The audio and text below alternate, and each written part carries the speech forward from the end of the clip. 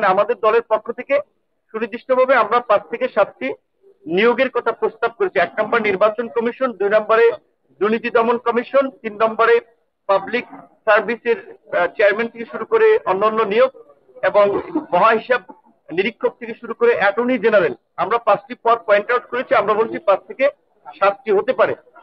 আর প্রধানমন্ত্রীর মেয়াদের প্রশ্নে যেটি ম্যাক্সিমাম রাজনৈতিক দলে আমরা একমত হয়েছি যে 10 বছর অন্তত বেশি নয়, সেইখানে বিএনপির পক্ষ থেকে এনসিসি না থাকলে তারা একমত, এরকম একটি প্রস্তাব যেটা এসেছে।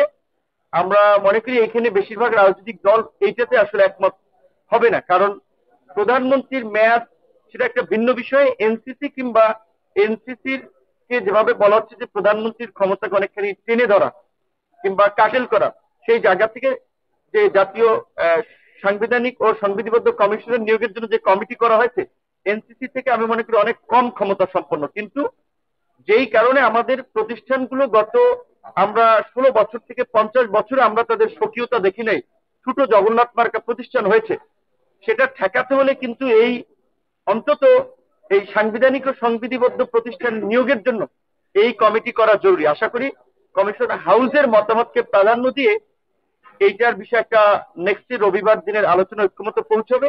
এবং আমরা সকলকে এইটাই মনে করিয়ে দিতে চাই যে 74-এ বিশেষ ক্ষমতা আইন করা হয়েছে, আপনারা জানেন। কোন সরকারই কিন্তু সেইটাকে পরিবর্তন করে নাই, সব সরকার কিন্তু তাদের ক্ষমতাকে কুক্ষিগত করতে ব্যবহার করেছে। কিংবা আমরা যদি র্যাবের ফরমেশনের কথা বলি, সবচেয়ে আলোচিত সমালোচিত যেই র্যাব, গুম খুনের শিকার যেই বিরোধী দল হয়েছে, তারা কিন্তু পাওয়ারে থাকা অবস্থায় র্যাব গঠন করেছিল, আবার বিরোধী দলে তারা ভিকটিম হয়েছে।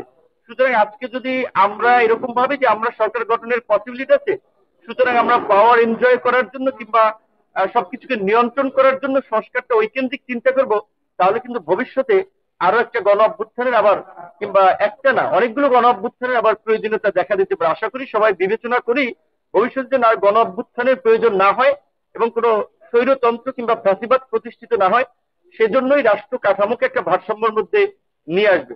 ধন্যবাদ।